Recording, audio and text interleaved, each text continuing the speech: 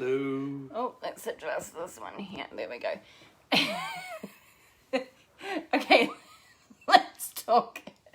Oh, goodness, it's really quite sad, isn't it? Notorious RBG, Ruth Bader Ginsburg. I always hate this. I always do this. Like, I always know who people are, but I never feel like it's not until someone's passed that I learn more about them. Do you feel like that sometimes? I do. You feel like I started doing more research on her, and I mean, I knew she was important, and I knew she was a huge part of equality, and I don't even know if most of these cool quotes I keep seeing all over Facebook are hers, but she just did a lot, and I feel like now that, rest in peace, obviously, but some of the research I was doing on her, just from learning and just from reading lots of articles, what an amazing woman, right? Yeah, she was, and her legacy is definitely, it's already living on. I mean, heck, a lot of the things you're able to do, or the equality, is things she fought for. So it's amazing and sad, and she's been through all these she's been through these ups and downs, and you would think that she might have passed earlier, but she's been strong. Yeah. And every time she came out on top. I mean, like talking about with her cancer. I think it was cancer, correct? I think it was. Yeah, well, her husband had testicular cancer too. So, I mean, she has been through a lot, but she had a true passion for the law and for rights and the equal rights of women. And it's sad because we don't know what's about to happen with her seat. Definitely. And that's a scary thing as well. Yeah, definitely. So, with talking about this, and some of the research I did, obviously her career, amazing. But also, I was reading a lot about her marriage to Marty Ginsburg, okay? And I'm going to read this quote that I found really interesting. Quote, "I many times said that Marty Ginsburg was the first boy I met who cared that I had a brain." They were married 56 years. All along, Marty made it very clear that Ruth's success, not just his own, mattered for their family. And I found that really interesting because especially in the time, she wasn't able to get a job and his career was going great. She was also raising 2 kids. She ended up getting a job as a lecturer.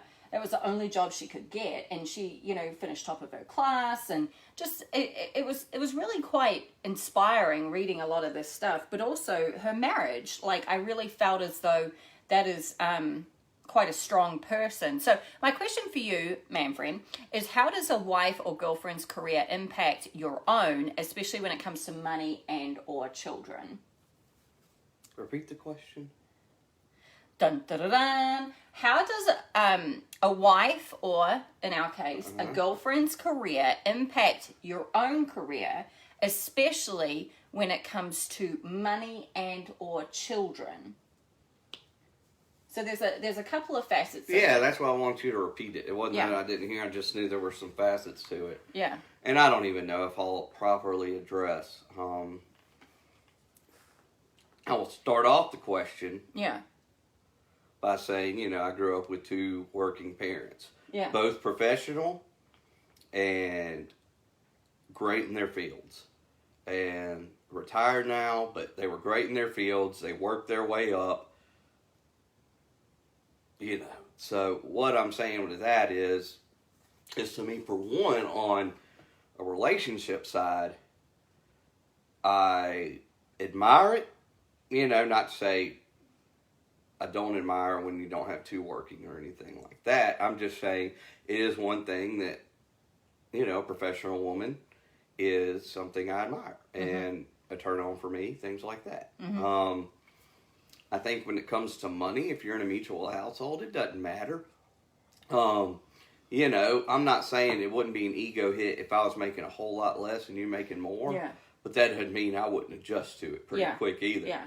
Because you'd just be my sugar mama. And I'd go out and work. And then you're the one passing the card when it goes to dinner time. Why do you jump to that sugar mama? Like, why is that even part of your psyche? He knows that. No, I'm fine. I mean, I don't mind. I think that, well, hold on. We'll come back because that one I can tell you're just ready to just pounce on.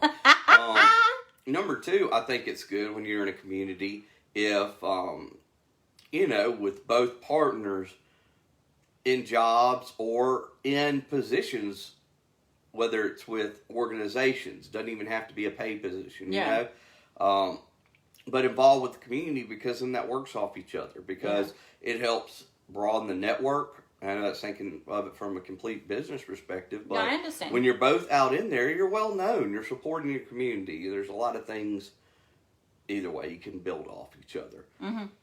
Sugar mama's something that's fun to me to joke about, but I wouldn't expect it, I'm just saying the income sometimes, it can be an ego hit. If I was making a lot less, doesn't mean I wouldn't be okay with it, though. Okay, so when it comes to career, I'm a radio DJ. I don't make a lot of money. So when it comes to success, how does that play into it? Is success defined by money? Is success defined by... Well, I think each individual determines what their success is defined by, for one. Exactly. So that's each individual. Okay. Now, I will say, when we get older, and when you're settling down somewhat more, or families are involved, then as much as you just need to think about, money does play a part, because there's things to provide for, whether it's the husband, the wife, the boyfriend, the girlfriend, whatever else, it's things to provide for. So if new opportunities come up but they don't pay a lot, that's great for that, but you now have family, you have little animals, you have things to take care of. So success, it's defined individually, but what I say is it all depends on where you're at in your life. Because sometimes, you don't, maybe early on in life, money won't matter as much. You're moving your way up. You don't really care. Your success is moving up to the next position. But at some point, it's defined by, okay, I'm able to provide and live the life I need to live to help my, Yeah, that's true. Okay, so my second point to that, which... you're right. There's a lot that goes into weighing up different options, right? Mm-hmm. But my second point to that is, right now I work in a very okay, that sounded like a cat. I think that's Kiwi hopping off their It corner sounded like a giant She's tooth. kind of put on a little weight along with us during the pandemic. Woo! No, okay, so not in my current situation. Where I work now is very pro just equality, and it's a very equal environment. But previously it was. Previously, I've not been in equal environments. As a man who has had a strong mother, seeing me fight so many unequal fights when it comes to this. To sexes, women and men. What is your biggest takeaway from that? Like, did it hurt your heart when you saw me being treated a certain way because I was a woman? Or do you think it made me stronger? I don't know. I mean, for one, it made you stronger. You take your hits and your battle scars, and that's what makes you stronger. I think that's for anything in life. And as you go now, even as you learn in your current job, and that's me too. I mean, we take our battle scars through the different positions I've been in. I mean, still on you though.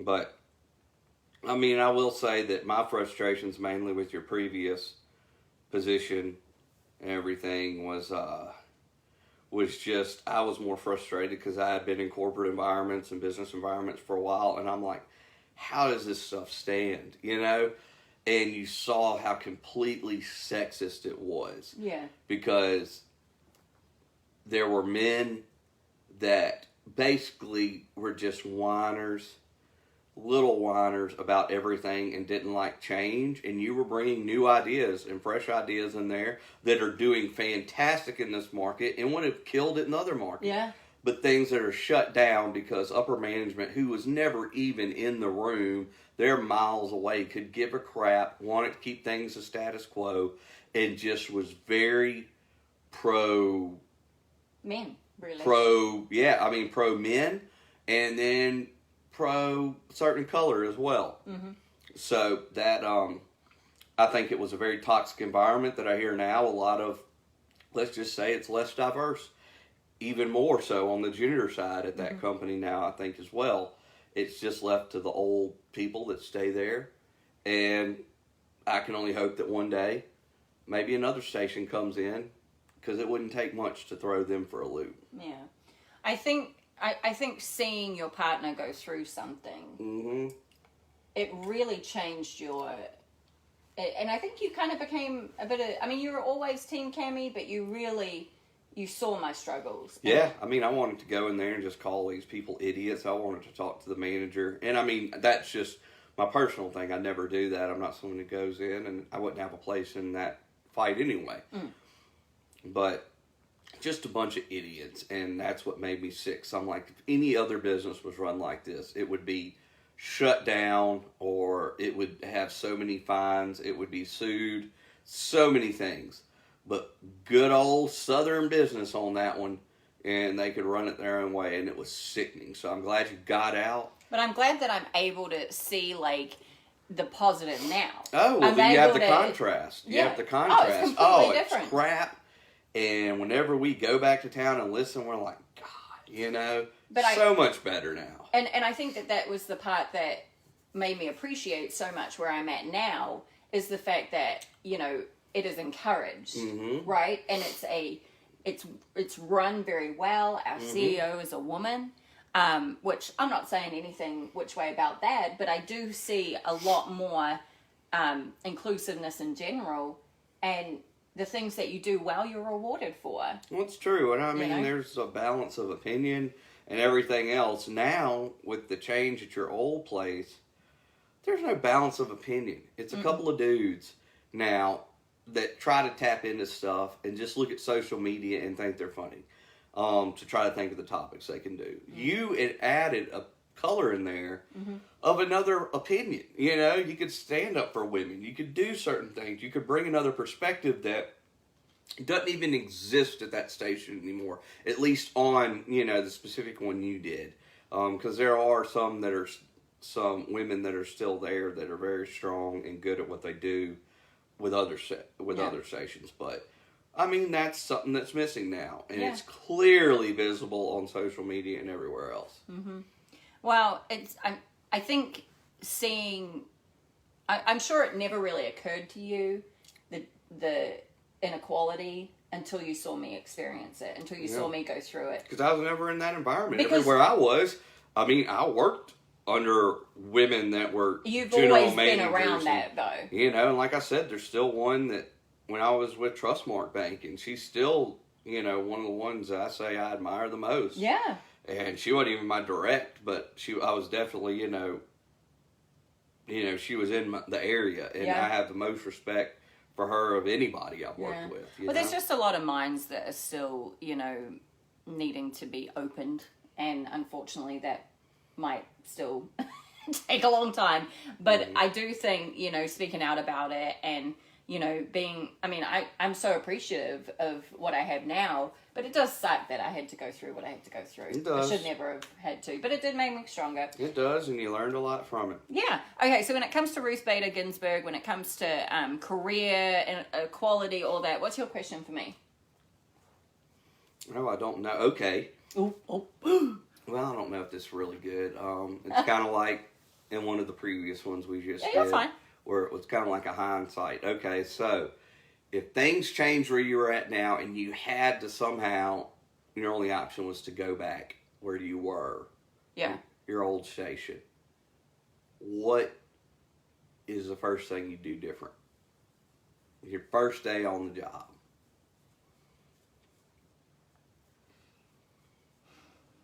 I'm talking about, and I don't think just I'm getting on air and I'm saying something. I mean, it could be how you set the tone with whoever hired you. It could be...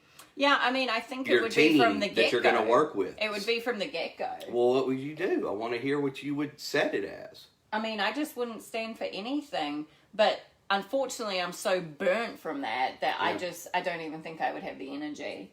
I don't think I did anything wrong. So I think it's unfair to say that things I would do differently, because I don't think I ever did anything wrong. Well, I don't think you did anything wrong. I'm saying sounds very narcissistic, but I don't mean it like that. I just mean like I was put in a position where survival was my key. Well, that was the truth. Right. I guess I meant by it, like, well, that was your answer. I asked you the question, that was your answer, so. I really don't think I could, because I think I had to keep my job. That's true. And You that know? seems like that's going to be, how it was in there. Okay, I got you. So. You know, All like, right. I think, I understand your point, but I think I would just have to move on. You know, I don't regret it, right? Yeah. I don't regret what happened. Yeah. But I would never want to be back in that situation. Gotcha. Ever again. That is Man Frand. Let me see, where's the end? There's the end. Finish.